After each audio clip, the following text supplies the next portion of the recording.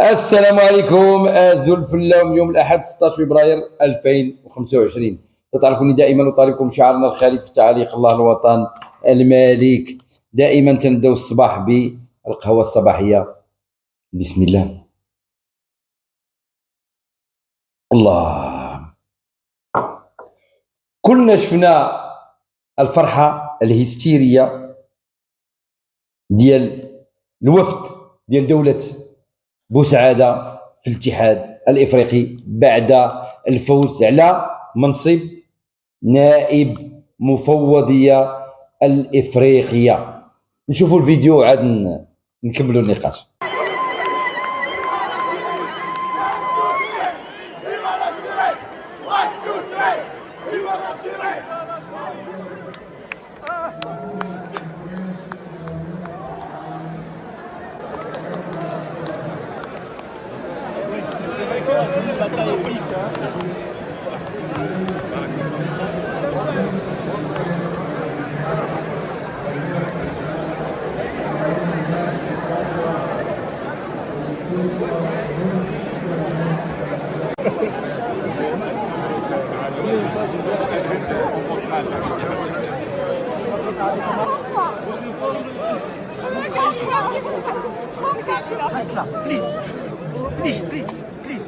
Please, 1 second.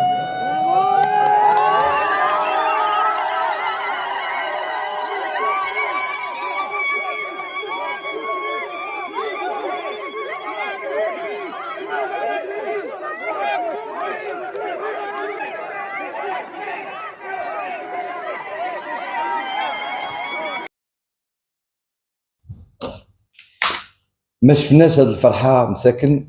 يمكن هاد الفرحه الاخر مره فرحوا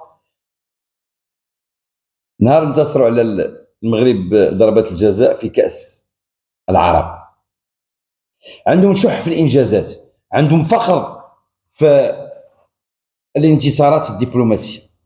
الا بغينا نسميو هذا انتصار وانجاز، لان بالنسبه لهم هما راه انجاز، بالنسبه لهم انتصار، ماشي على انهم خداو المنصب، انهم انتصروا على المملكه المغربيه.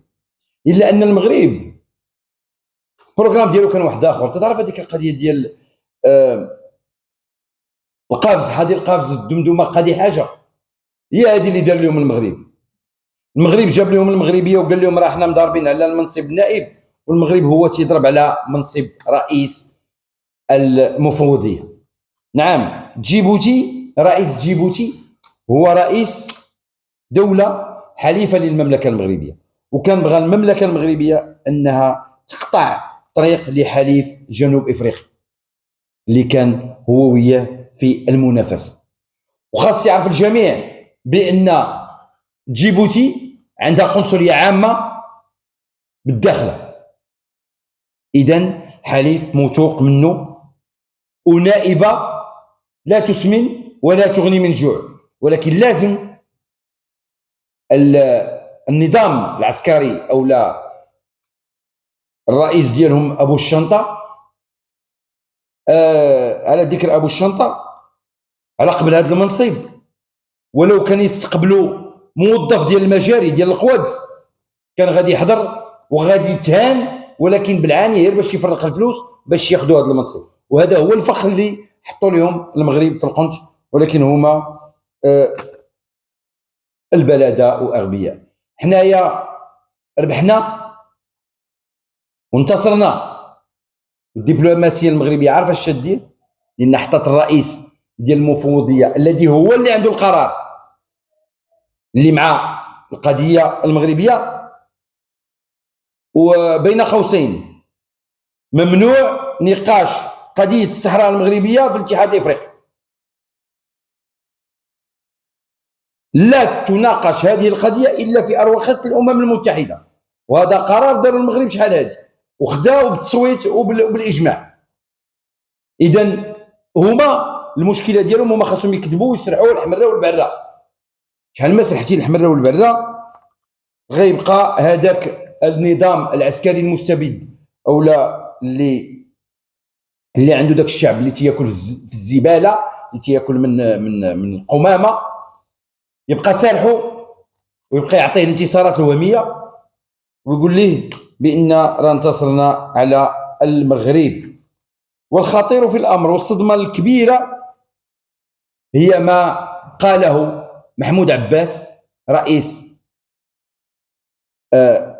دولة فلسطين في الاتحاد الإفريقي، والذي قال بالحرف وعلى مرأى ومسمع الجميع أن لا يوجد استعمار أو لا دولة مستعمرة في العالم إلا الدولة الفلسطينية. قدام كذبون، قدام عطاف، ولم يستطع أحد أن يناقشه، ولا أن العالم كله عارف بأن هذه القضية ديال الصحراء اللي هما تعيشوا بها، لأن عاوتاني غنقول لك النظام العسكري لن يوجد من بعد إلا مشاو تخسروا هذه القضية. هما راه خاسرينها، ولكن يوهمون الشعب ديالهم ويسرحون الحمره والبعره. تنقول لك هذوك المتوكلين العرب بانهم راه القضيه باقه فيها ما يتربح. احنا نطالب بدوله صحراويه ولكن في جنوب كرغوليا، يقسموا معهم البلاد. قضيه محسومه للمملكه المغربيه. ومن هنا تنقول عاش الملك، الله الوطن الملك، وسير النجم.